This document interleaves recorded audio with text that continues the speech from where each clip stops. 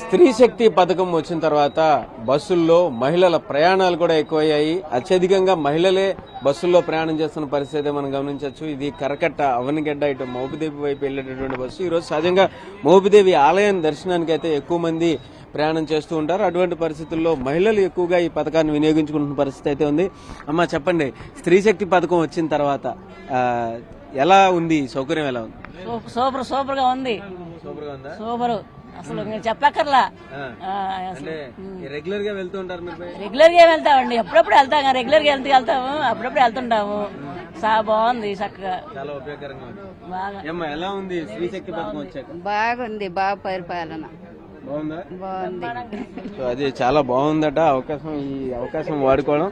అమ్మ చెప్పండి, ఎలా అంటే ఇప్పుడు స్త్రీ శక్తి పథకం వచ్చిన తర్వాత ఎలాంటి పరిస్థితి ఉంది? జర్నీస్ ఎలా ఉన్నాయి? ఏమండి, మేము ఈ మధ్య రీసెంట్ గా 10 days బ్యాక్ శ్రీశైలం వెళ్ళొచ్చామండి. ఇలాగే ఫ్రీగా వెళ్ళేసి వచ్చాం. మమ్మల్ని మేము ఎక్కడ ఇబ్బంది పడలేదు. కొన్ని ఫేక్ న్యూస్లు వస్తున్నాయి, ఇబ్బంది పడుతున్నాం, అది ఇదైనా ఎంత ఉత్త చెత్త మాటలు తప్పితే ఏం లేదు. మమ్మల్ని బాగానే రిసీవ్ చేసుకుంటున్నారు, మమ్మల్ని బాగానే తీసుకెళ్తున్నారు. మాకంతా చాలా బాగుంది. ఆర్టీసీ వారు కూడా మమ్మల్ని ఏమి ఇబ్బంది పెట్టట్లేదు. మేము ఎక్కడ చేయి ఆపితే అక్కడ ఆపుతున్నారు కూడా. మాకెక్కడా ఇబ్బంది లేదు. ఇదిగో ఇప్పుడు మోపిదేవి వెళ్తున్నాం. మోపిదేవి వెళ్తున్నాం అనేసి చెప్తున్నారు. అయితే ఇక్కడ ఒక మామగారు ఉన్నారు. అమ్మ చెప్పండి, మీరు ఇన్ని సంవత్సరాల్లో చాలా బస్ జర్నీలు చేసి ఉంటారు, ఇప్పుడు ఎలా అనిపిస్తుంది?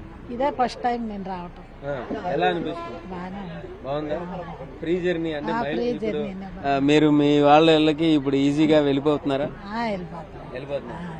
సో అది పరిస్థితి. మహిళలు అయితే మాత్రం ఖచ్చితంగా స్త్రీ శక్తి పథకాన్ని పూర్తి స్థాయిలో వినియోగించుకుంటున్నాము, ఎక్కడ ఎటువంటి ఇబ్బందులు లేవు అది చెప్తున్న. ఎక్కడైనా కూడా ఇబ్బందులు ఉన్నాయని చెప్తే అటువంటి పరిస్థితులు ఏమి ఎక్కడ మాకు ఎదురవలేదు.